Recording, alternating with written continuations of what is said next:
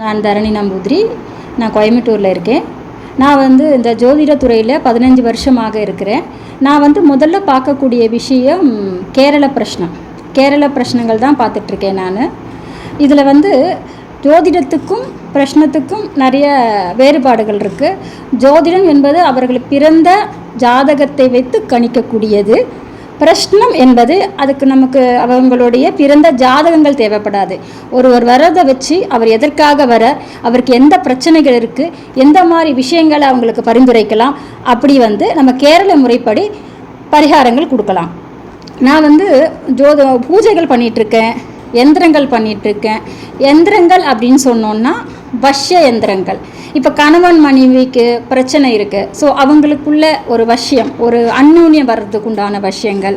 குழந்தைகள் படிக்கிறதுல கொஞ்சம் என்னென்னா டிலே பண்ணுறாங்க, படிக்கிறதுல பிரச்சனை இருக்குது, இந்த மாதிரி விஷயங்களுக்கு வஷ்யங்கள் கொடுத்துட்ருக்கோம். இன்னொரு விஷயம் இப்போ எல்லாருக்குமே முக்கியமான விஷயம் ரிலேஷன்ஷிப், உறவு முறைகளில் பிரச்சனை. அது காதலாக இருக்கலாம், கணவன் மனைவியாக இருக்கலாம். இப்போ எல்லாருக்கும் உறவு முறை பிரச்சனை இருக்குது. அதுக்கான எந்திரங்களும் அதுக்கான மந்திரங்களும் சொல்லி கொடுத்துட்ருக்கேன். அது எந்திரங்களாகவும் சொல்லி கொடுத்துட்ருக்கேன். இன்னொரு விஷயம், நம்ம ஆன்மீக ரீதி மட்டும் இல்லாமல் சக்ரா ஹீலிங் ஒன்று இருக்குது. அதாவது நம்மளுடைய சக்ரா, ஒருத்தருக்கும் சக்ராஸ் இருக்குது, 7 வகை சக்ரா. இந்த சக்ரா ஆக்டிவேஷன் 7 சக்ரா ஹீலிங் நான் பண்ணி கொடுத்துட்ருக்கேன். இந்த மாதிரி விஷயங்கள்லாம் நான் பண்ணிகிட்ருக்கேன்.